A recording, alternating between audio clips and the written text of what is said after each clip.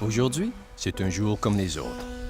Vous vous levez à 6 heures, buvez votre café, Hey guys, I gotta go. Okay, bye. embrassez votre épouse et votre fils et partez au travail.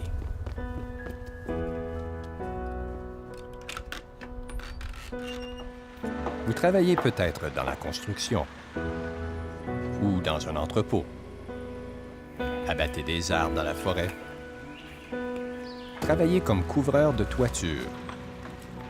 Ou vous êtes bricoleur résidentiel. Mais aujourd'hui n'est pas comme un autre jour.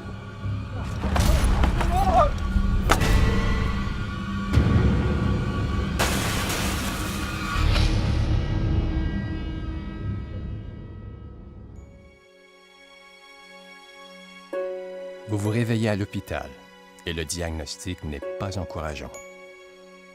Et votre avenir l'est encore moins. Vous n'avez pas d'assurance médicale et vous ne pouvez plus faire votre travail. Vos rêves d'avenir pour vous et votre famille viennent de s'écrouler. Si vous pensez que ce scénario n'est pas vrai, détrompez-vous.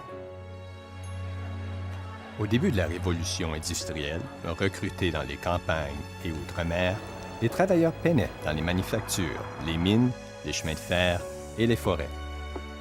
Attirés par la promesse d'un emploi et d'une vie meilleure pour leur famille, ils ont enduré un labeur physique exténuant et des conditions de travail dangereuses. Certains mouraient ou subissaient des blessures, mais cela faisait partie du travail. Pour ceux qui demandaient un dédommagement, il n'y avait qu'une option: poursuivre son employeur. Mais les poursuites pouvaient prendre des années et la plupart des travailleurs ne pouvaient tout simplement pas se le permettre. Au début des années 1900, les choses ont commencé à changer. Les gouvernements provinciaux ont commencé à examiner les conditions de travail et le nombre alarmant de décès et de blessures dans les lieux de travail au Canada. Le gouvernement de l'Ontario a nommé Sir William Meredith, un avocat et homme politique estimé, pour étudier les systèmes d'indemnisation des accidents du travail partout dans le monde et faire des recommandations pour améliorer les conditions.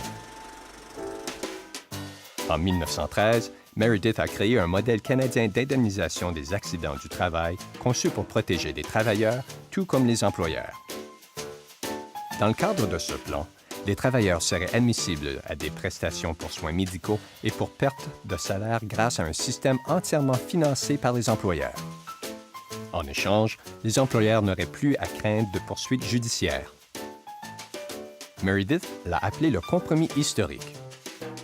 Et bientôt, les juridictions partout au Canada ont adopté le modèle.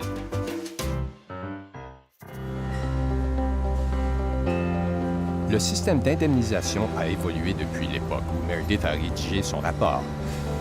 Mais un grand nombre des principes énoncés, il y a plus de 100 ans, ont été adoptés par des organismes partout dans le monde. Responsabilité collective, un système sans égard à la responsabilité, sécurité de paiement, juridiction exclusive et un conseil d'administration indépendant. Aujourd'hui, partout au Canada, les commissions d'assurance contre les accidents du travail assurent les travailleurs du pays.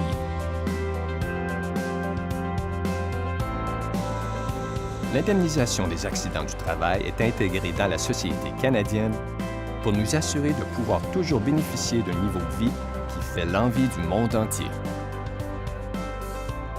Que vous soyez travailleur, superviseur ou propriétaire d'entreprise, vous pouvez avoir l'esprit tranquille en sachant que vous serez protégé si vous vous blessez au travail ou si l'un de vos employés subit une lésion. En témoignage à Sir William Meredith, le compromis historique a résisté à l'épreuve du temps.